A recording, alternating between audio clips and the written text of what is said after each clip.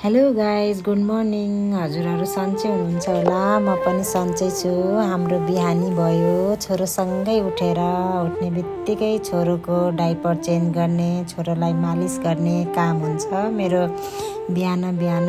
अनि उठ्ने बित्तिकै छोरोको धन्दा सकेर फेरि हामी बुढाबुढीले चिया खायौँ। खाइसकेपछि रुमहरू पुरै लथालिङ्गै थियो कि, अनि म रुमहरू सफा गर्न लागेँ। रुमहरू सफा गर्दा गर्दै अनि छोरोलाई साइडमा राखेर बेडहरू मिलाउने, सरसफाइ गर्ने, दिउँसभरि यस्तै काम हुन्छ। अनि बाहिर चाहिँ मौसम एकदम पानी पर्ला जस्तो भइरहेको थियो। म चाहिँ यता रुमहरू सफा गर्दै थिएँ कि, उता चाहिँ बुढोले किचनमा चाहिँ हाम्रो कामहरू हुन्छ दिउँसो, त्यो कामहरू गर्दै हुनुहुन्थ्यो। म चाहिँ यता रुमहरू सफा गर्दै गर्दै गएँ।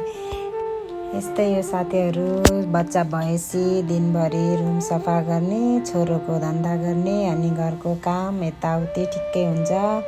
जति सफा गरे नि बाबुले फेरि यताउता लथ्रङ लुथ्रङ गर्छ। अहिले मेरो बाबु अलिअलि हिँड्ने भएको छ कि, अनि उसले चाहिँ यताउताको सामानहरू यताको उता गर्छ। अनि दिनभरि त्यही थन्को मनको गर्ने, अनि त्यस्तै हुन्छ। अनि उता पसलको काम नि गर्नु पर्यो, फेरि छोरोलाई बनाउनु पर्यो, खाजा खाना आफूलाई गर्नु पर्यो।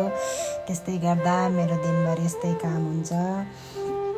यस्तै हो साथीहरू, बच्चा भएपछि सानोतिनो काम गर्दा गर्दै समय बितेको नै थाहा हुँदैन। बल्ल बल्ल रुमहरू थन्को मनको गरिसकेँ, सफा भयो। अनि उता भान्सामा चाहिँ मैले खानाहरू बसालेको थिएँ, खाना नि पाक्यो।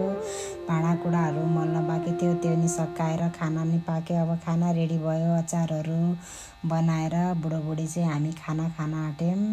अनि खाना खाइओरिसकेर अलिअलि लुगा थियो कि, अनि त्यो लुगाहरू नि धोएँ। लुगा धोएर छततिर लगेर सुकाउँदै थिएँ। मौसम त एकदम पानी पर्ला जस्तो भइरहेको थियो, बादल आएर।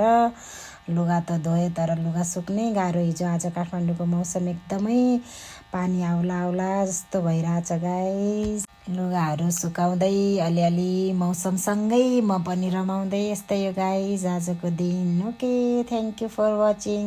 Okay, bye bye, love you.